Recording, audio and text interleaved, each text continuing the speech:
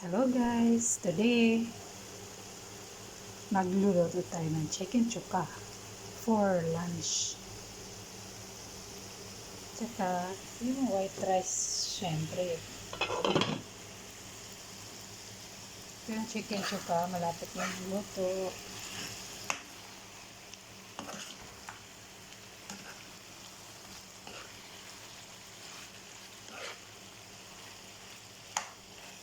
Medyo matuyo na siya.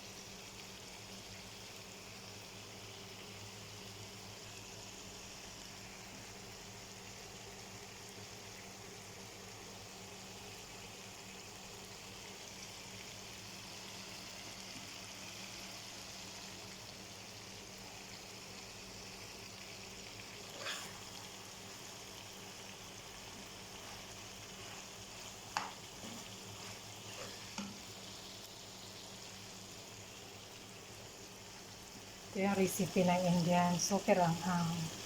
Ang ingredients nito, ano lang siya, meron siyang sibuyas, garlic,